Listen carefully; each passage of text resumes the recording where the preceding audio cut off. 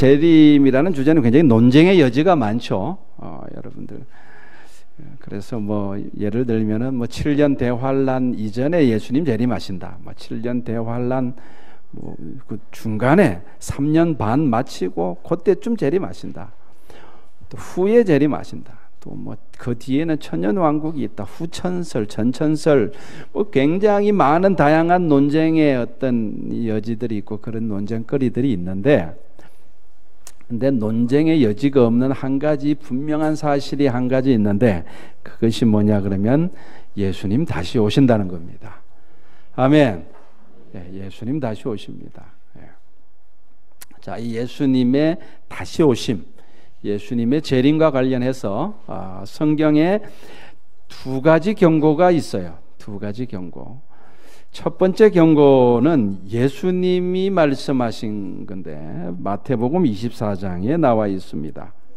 자, 그걸 제가 잠깐 읽겠습니다. 마태복음 24장 37절에서 39절까지 예수님께서 이렇게 말씀하십니다. 노아의 때와 같이 인자의 임함도 그러하리라. 인자의 임함이라는 게 예수님의 재림을 말하는 거예요. 홍수전에 노아가 방주에 들어갔던 날같이 사람들이 먹고 마시고 장가들고 시집가고 있으면서 홍수가 나서 그들을 다 멸하기까지 깨닫지 못하였으니 인자의 임함도 이와 같으리라. 이건 경고입니다. 예수님께서 다시 오시는데, 예수님이 오실 때 사람들의 상태가 어떠냐 하면은 깨닫는 사람이 없더라는 거예요. 언제까지 못 깨닫느냐 그러면은 다 멸망당할 때까지 못 깨닫더라는 거예요. 여러분, 노아의 방주 때 그렇지 않습니까? 노아가 거의 한 80년 정도 가까이 방주를 지었다 그러는데, 그러면서 방주만 지었겠어요? 조금 있으면 세상이 멸망한다, 하나님이 물로 세상을 심판하신다고 그렇게 외쳤는데도 사람들이 관심을 갖지 않았어요. 그리고 정말로 그것을 진심으로 받아들이고 마음에 깨닫고 준비한 사람은 노아의 가족들 8명 외에는 아무도 없었어요. 그래서 결국은 홍수가 났을 때 노아의 가족들 외에는 다 멸망당한 거죠. 예수님이 다시 오실 때도 그와 같을 거다라고 말씀을 하시는, 이건 경고입니다. 경고. 저는 우리 말씀사랑교회 모든 성도들이 그 노아의 방주에 들어간 8명 안에 다 들어가시기를 주의 이름으로 축원합니다. 반드시 그렇게 되어야 됩니다. 자, 그럼 이 예수님의 경고는 뭘 경고하는 거죠? 우리의 첫 번째, 예수님의 재림과 관련해서 첫 번째 경고는요, 무관심이에요. 관심을 갖지 않는 거예요. 예수님이 분명히 그러셨거든요. 내가 언제 올지 모른다. 내가 너희들에게 어쩌면 도둑같이 올 수도 있다. 그러니까 너희는 항상 깨어기더라, 깨어있어라, 깨어기도해라. 예수님이 분명히 우리에게 그렇게 말씀하셨는데도 예수님이 다시 오실 때쯤 되면은 깨어있는 사람이 거의 없을 거라는 말이에요. 세상에 취해가지고 그래가지고 관심이, 아무도 관심을 갖지 아니하고, 뭐 재림 이야기하면은 뭐 한 번쯤 들어봤으니까 그래 알았어 그러고 관심을. 그래서 저도 목사님 설교하는 걸 제가 들으니까 현대 크리스찬들은 위선자들이다. 뭐 모든 크리스찬들이 위선자들이겠어요. 그분이 좀 과격하게 말씀을 그렇게 하는데 어떤 부분은 동의가 되는 부분이 있어요. 왜 위선자들이냐? 말로는 예수 민다 하면서도 진짜 믿지 않아요. 겉과 속이 다르다는 거죠. 예수님 재림하십니다. 말로는 그렇게 하지만 안 기다린다는 거예요. 그게 위선자죠. 위선자. 맞죠? 그죠? 위선자죠. 여러분은 깨어 있으십니까? 아니면 잠들어 있으십니까? 여러분, 잠자는 사람들은, 여기서 잠잔다는 건 영혼이 잠잔다는 걸 이야기하는 거죠. 내 영혼이, 내 영이 잠들어 있다는 겁니다. 우리 영혼이, 우리 영이 잠들어 있으면 왜 잠들어 있겠어요? 어떤 사람들은 이렇게 이야기해요. 내가 너무 피곤했어. 너무 이젠 지쳤어. 예. 그리고 내가 시험에 들었다고. 시험에 들었다고. 날 좀 이해해달라고. 내 좀 시험에 들었다고. 또 내 마음의 상처를 받아가지고. 예. 내가 지금 너무 바쁘다고. 그런 이야기 내한테 좀 나중에 해달라고. 내가 지금 너무 바쁘다고. 여러분, 이거 다 핑계입니다. 다 거짓말이에요. 다 핑계거리입니다. 제가 하나의 신앙이 어떤 것인가를 예를 들려고 제가 하나의 예를 하나 들어볼게요. 어떤 아이가 여러 명의 좀 불량스러운 아이들에게 둘러싸여가지고 막 맞고 있어요. 근데 그걸 제가 지나가면서 봤어요. 보면서 잠깐 고민을 했어요. 고민을 했는데 뭐 길게 고민도 안 하고 그냥 아무 일 없었다는 듯이 제가 지나갔어요. 그 친구가 그런 저를 봤어요. 그래, 그 다음날 친구가 저한테 물어봐요. 야, 너 왜 그때 그 애 그렇게 맞는데 그냥 지나갔냐? 아, 제가 말하기를, 전 그날 너무 바빴어. 내가 좀 바빠가지고 어쩔 수 없었어. 그날 이제 내가 너무 피곤해가지고 막 눈이 감길 정도로 피곤했어. 너무 귀찮잖아. 뭐 남의 일에 그렇게 관여하고 그냥 귀찮았어. 안 그랬어. 괜히 나서서 내가 맞을까봐 그냥 피했어. 네. 여러분, 다 핑계입니다. 다 핑계예요.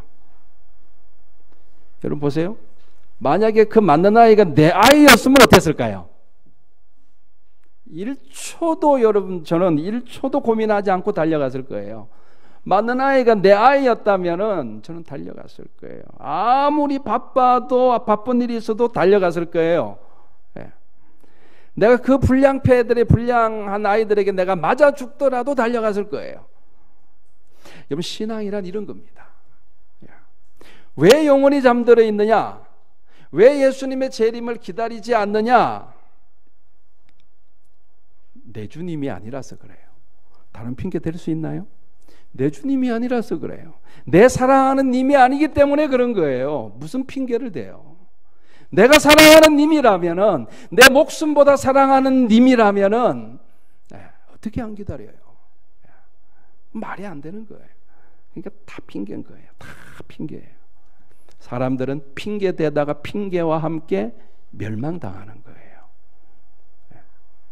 여러분, 노아의 홍수가 났을 때 점점 물이 차오르면서 사람들이 기겁을 할 거 아닙니까? 근데 이미 그 방주의 문은 닫혔어요. 그 방주의 문은요, 안에서 닫는 것이 아니라 밖에서 하나님이 닫아버리셨어요. 물이 차올라가요. 어디 피할 데가 없어요. 방주를 붙잡고 막 열어달라고. 내가 사실은 당신 말 들었는데 내가 너무 바빠가지고 내가 못했다고 아무리 핑계대도 소용없습니다. 핑계와 함께 죽는 거예요. 여러분, 신앙은요 그런 거예요. 여러분들, 무슨 핑계를 대요? 무슨 핑계를 우리가. 그래서 예수님이 이건 경고예요. 경고. 무관심에 대한 경고. 신앙이란 그런 겁니다. 주님이 내 아내보다 내가 주님을 더 사랑하고, 내 자식들보다 내가 주님을 더 사랑하고, 내 부모님보다 더 사랑하는 님이 오신다는데 어떻게 관심이 없을 수가 있고 어떻게 잠들 수가 있습니까? 그러니까 잠잔다는 것은 그분이 내가 사랑하는 님이 아니라는 뜻이에요. 다른 핑계 있나요? 내가 그분 안 믿는다는 거예요. 다 멸하기까지 깨닫지 못하더라. 뭘 못 깨달았다는 겁니까?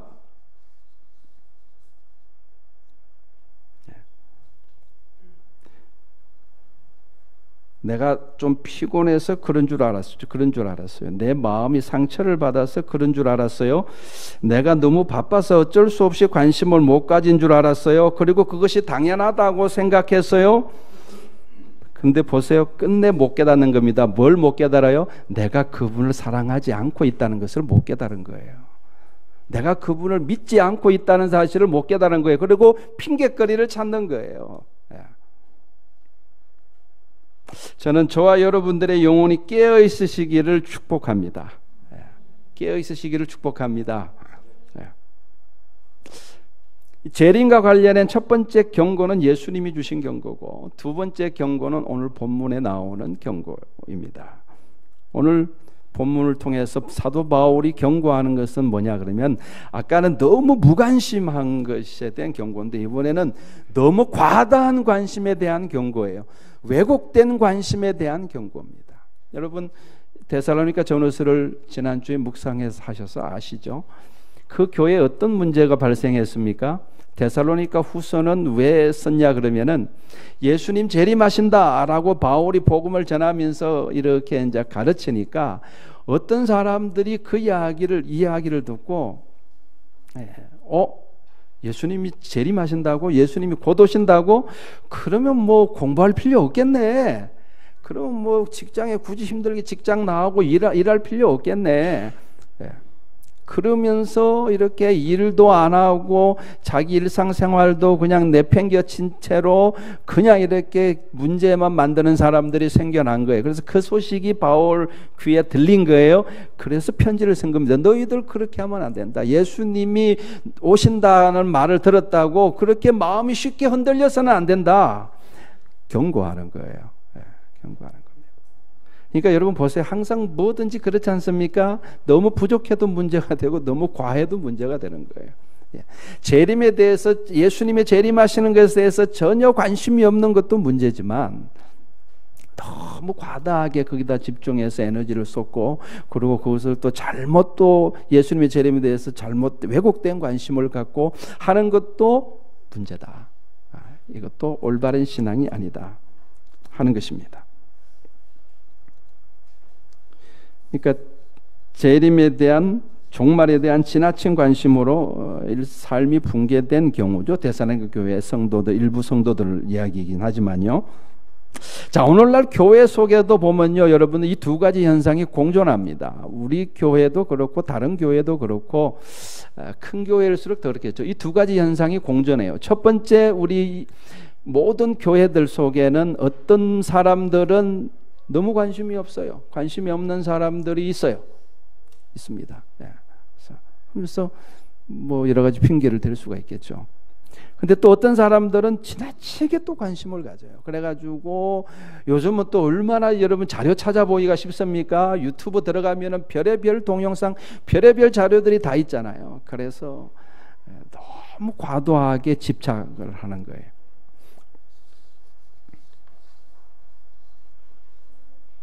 이렇게 과도하게 집착하는 사람들이요, 마음이 흔들리기가 쉽습니다. 보세요. 돈 하는 사람들이요, 여러분 사기꾼에 속기가 쉬워요. 그래요, 안 그래요? 막 돈 하는 사람이 여러분 돈 벌게 해주겠다 그러면요, 마음이 흔들려가지고 쏙 넘어가요. 돈에 관심 없는 사람은요, 여러분 돈 많이 벌게 해주겠다는 사기꾼에 넘어갈 가능성이 별로 없겠죠. 그렇죠? 그러니까 너무 과도한 집착은요, 마귀에게 틈을 줍니다. 우리를 미혹할 수 있는 틈을 줘요. 그걸 오늘 본문에 우리에게 경고하고 있는 것입니다.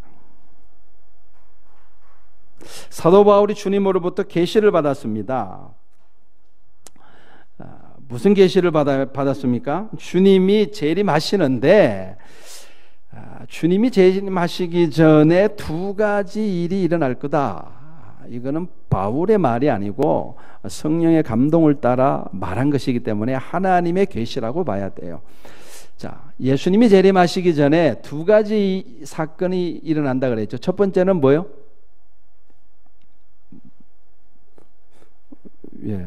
보세요. 3절. 자, 누가 어떻게 하여도 너희가 미혹되지 말라. 먼저 배교하는 일이 있고, 저 불법의 사람 곧 멸망의 아들이 나타나기 전에는 그날이 이르지 아니하려니, 그렇게 말합니다.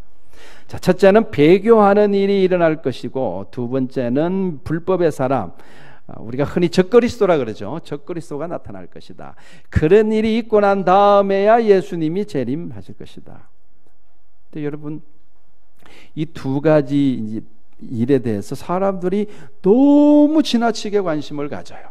저는 이게 좀 문제인 것 같아요. 너무 지나치게 관심을 가지면은 어떻게 된다고요? 미혹당하기 쉽다. 배교, 여기서 말한 배교는 뭘 갖고 배교라 그러죠? 배교한다. 배교한다. 예수님을 잘 믿다가, 그죠? 그 믿음에서, 그 도에서 떠나는 거죠. 그게 배도죠.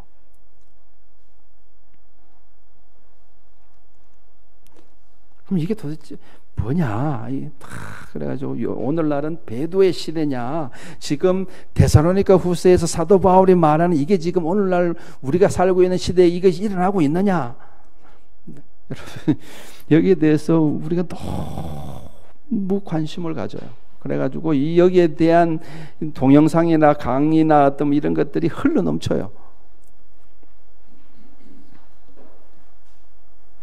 여러분, 배도의 시대면 어떻고 배도의 시대가 아니면 어때요? 그거 특별히 뭐 우리가 신앙생활 하는데 문제 있나요? 그거 너무 크게 관심 갖지 집중하지 말라는 거예요. 네. 저는 개인적으로 봤을 때 오늘날 배도의 시대라고 저는 봅니다.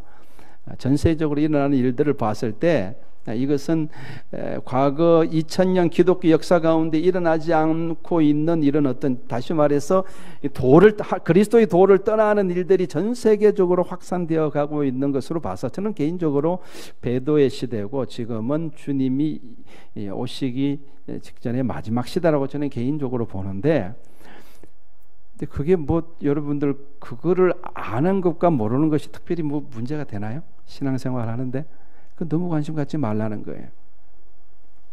적그리스도가 또 누구냐? 이거 갖고 또 얼마나 만일들이 많은지 몰라요. 저도 한때 여기에 굉장히 관심이 많았더랬어요. 적그리스도가 누구냐? 네. 그래서 한때 깊이 파고든 적도 있습니다. 많은 사람들이 적그리스도를, 여기서 말하는 불법의 삶을 로마 가톨릭 교황으로 봅니다. 뭐 들어보면 일리가 있어요. 또 어떤 사람들은요, 미국 대통령이 이 불법의 사람일 가능성이 많다. 막 그래가지고 막 침 튀기면서 설명하는 사람들도 있어요. 왜냐 그러면은 요즘을 이게 팍스 아메리카나 시대 아닙니까, 그죠? 미국이 전 세계를 주도하는 시대다 보니까 미국 대통령이 가장 큰 권력자죠. 그러니까 뭐 그렇게 볼 수 있겠다 하는 생각도 들고. 또 어떤 사람은 이슬람의 대표, 이슬람 수장이 그 사람이 나중에 적그리스도가 될 거다. 뭐 이렇게 말하는 사람들도 있고, 어떤 사람은요, 프리메이슨이나 비밀 결사단체죠, 프리메이슨이나 일루미나티의 수장이 결국은 우리의 역사의 커튼 뒤에서 역사를 이렇게 주물럭거리는 그 사람들이 그 적그리스도일 것이다. 이렇게 말하는 사람들도 굉장히 많아요. 근데 여러분, 이 사람이면 어떻고 저 사람이면 어때요? 너무 그거 관심 갖지 말라는 거예요. 여러분, 그런 거 너무 관심 갖고 너무 거기 집중하다 보면요, 미혹당합니다. 시간만 아까워요. 시간만 아깝습니다.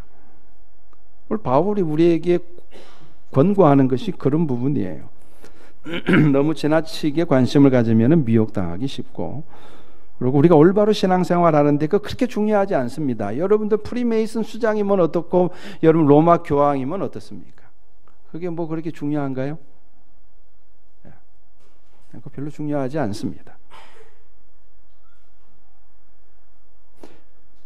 자, 3절에 바울이 이렇게 이야기합니다. 누가 어떻게 하여도 너희가 미혹되지 말라. 누가 어떻게 하여도, 이 말을 꼭 기억하시면, 누가 어떻게 하여도, 누가 뭐라 그래도 미혹당하지 말라는 거예요. 어떤 사람이 와가지고 놀라운 기적을 일으키고 기사를 보여줘도 미혹당하지 말라는 거예요. 그리고 어떤 사람이 와가지고 내 귀에 쏙 들어오는 말을 해도 그래가 내가 거의 설득당했다 하더라도 그 말에 귀를 미혹당하지 말라는 거예요. 마귀가 우리를 미혹할 때는 여러분들 대충 미혹하겠어요? 생각을 해보세요. 마귀가 여러분들 어떤 사람을, 저 사람을 미혹할 것 할 때 말도 안 되는 이야기를 미혹하겠습니까? 어벙벙하게 능력도 행하지 않고 미혹하겠습니까? 그렇죠? 그러니까 여러분들, 누가 어떻게 하여도, 저는 이 말이 참 귀에 들어와요. 누가 어떻게 하여도. 예.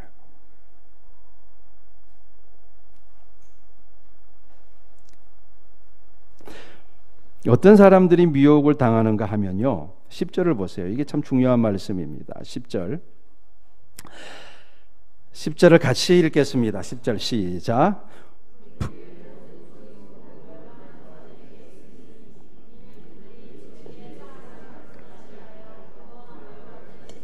잘 보세요.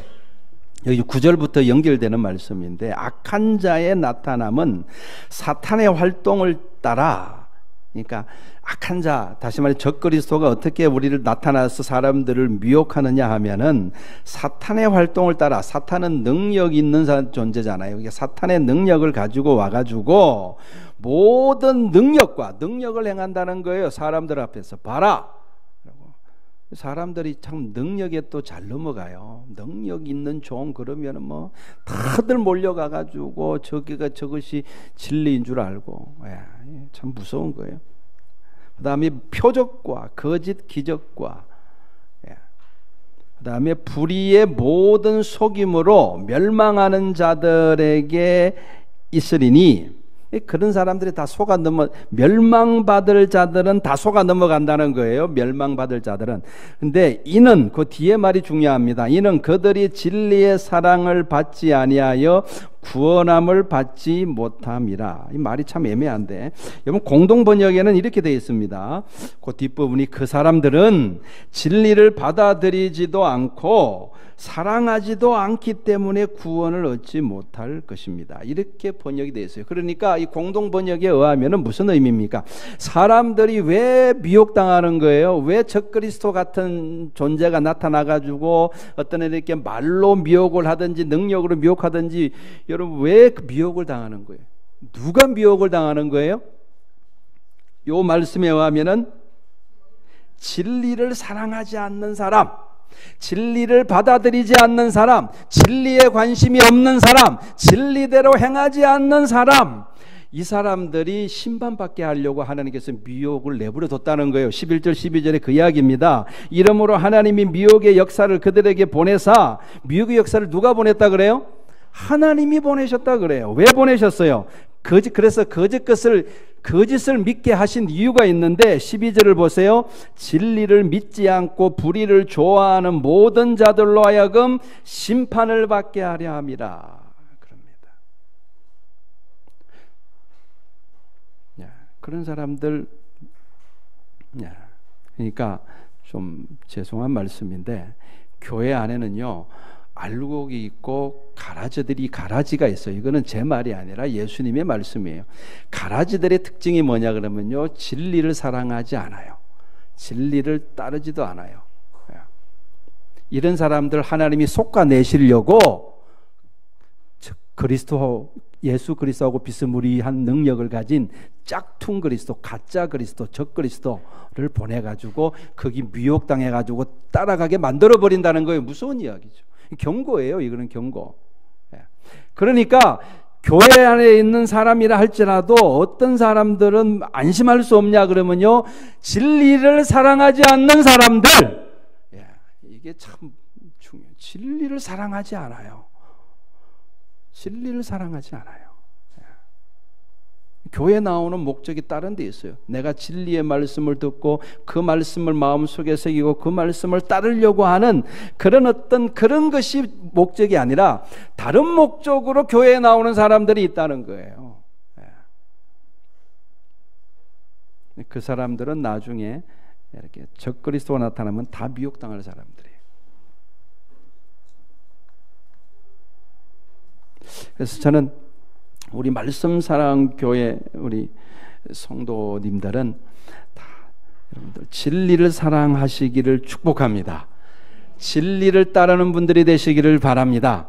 여기에 관심이 있으시기를 주의 이름으로 축원합니다. 누가 적그리스도다더라, 여기 그리스도가 나타났다더라, 뭐 누가 이렇게 능력을 행했다더라, 여러분들 이런 데 일체 관심을 갖지 마시고 뭐에 관심을 갖자고요? 우리는 진리를 사랑하고 진리를 더 깊이 이해하고 진리를 따르는 데 관심을 갖자는 거예요. 그러면요, 그런 사람들은요 마귀가 어떻게 미혹할 수가 없어요. 어떻게 미혹합니까? 미혹을 할 수가 없죠. 뭐로 미혹을 할 거예요? 능력으로 미혹을 할 거예요? 돈으로 미혹을 할 거예요? 뭐로 미혹을 할 거예요? 예.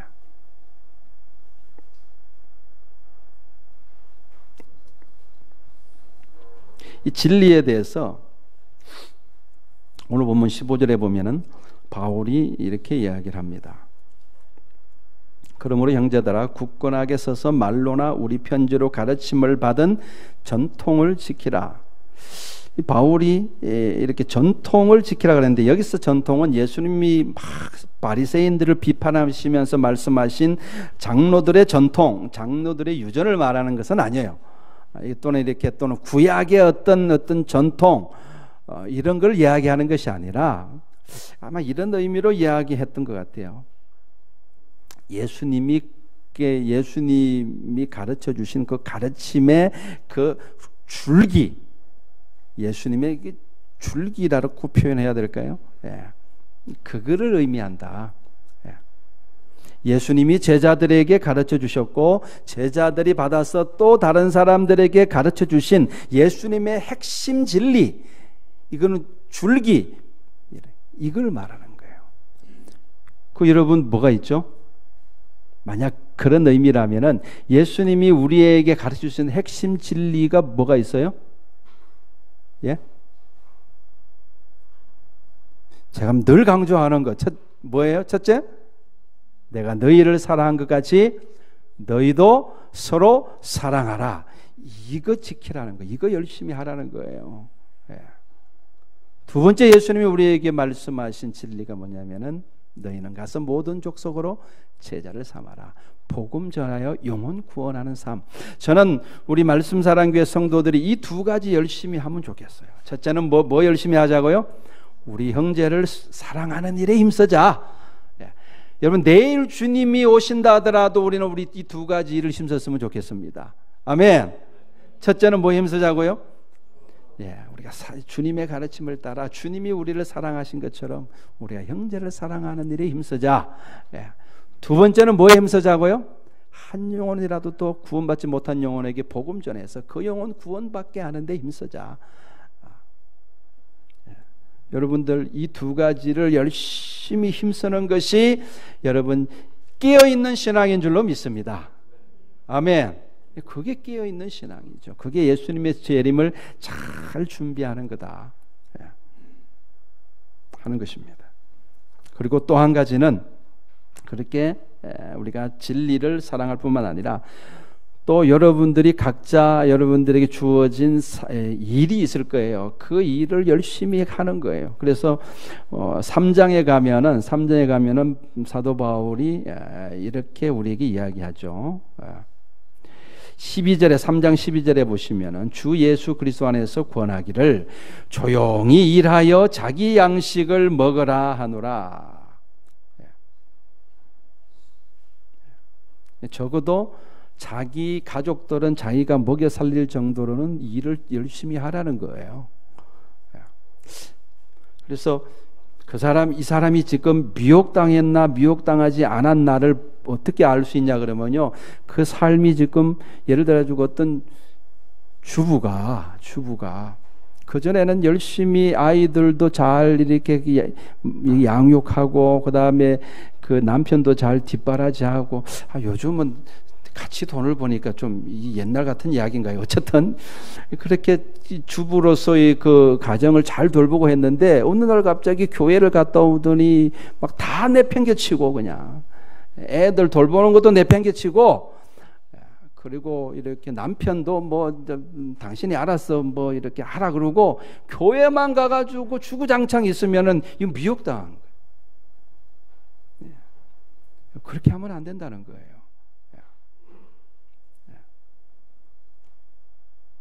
우리가 교회 일을 해야 될 때는 해야 되겠죠. 그러나 우리의 삶이 여러분 붕괴될 정도로 이렇게 집착을 하는 것은요, 이거는 아닙니다. 이거는 건강한 신앙이 아닌 거예요.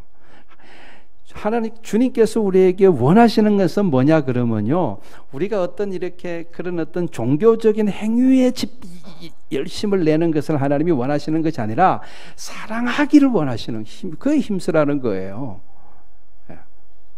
교회 나와서 열심히 일한다고 하면서 옆에 있는 형제를 이렇게 자기한테 조금 손해를 끼쳤다고 온갖 욕을 다 하고 그 사람을 용서하지 못하고 미워하면은 그 잘못된 신앙입니다. 제가 극단적인 예를 드는 거예요. 우리가 뭘 힘써야 될지를 아는 게 지혜입니다. 아멘. 뭘 힘써야 될지를 아는 게 지혜예요. 지혜예요. 자, 다시 본론으로 돌아가서 바울이 권면하는 그 두 가지예요. 첫째는 진리를 사랑하고 진리를 행하는 일에 힘써라. 두 번째는 뭐라고요? 자기 일을 조용히 열심히 해서 그리고 자기 가족들은 부양하도록 해라. 신천지가 여러분 왜 위험하고 왜 이달입니까? 신천지에 빠지면요, 그냥 뭐 직장도 그만두고 뭐 부모 자식도 없고 그렇게 되더군요. 그러니 그 미혹당한 거죠.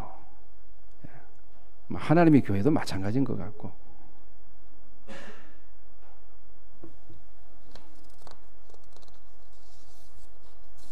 만일 주님께서 내일 재림하신다면 여러분은 오늘 어떻게 사시겠습니까?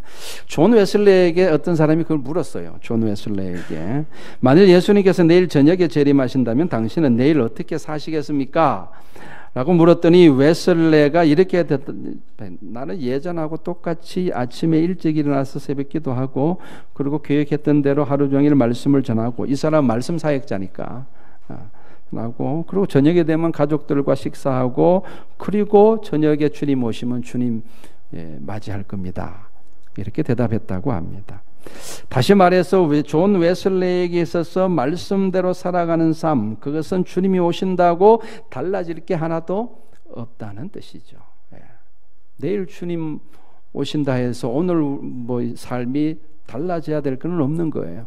우리는 변함없이 진리를 사랑하고 예수님의 가르침을 따라 살아가고, 그리고 지금 내가 하고 있는 일을 또 열심히 충실하게 감당하고, 그리고 하나님께서 나에게 붙여주신 이웃들과 사랑하며 그렇게 살아가는 거, 그러다가 주님 오면 맞이하면 되는 거죠. 저는 여러분들 이 성경적인 신앙을 분명하게 가지실 수 있기를 주의 이름으로 축원합니다.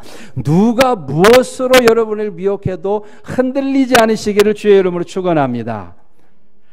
아멘. 기도하겠습니다. 거룩하신 아버지,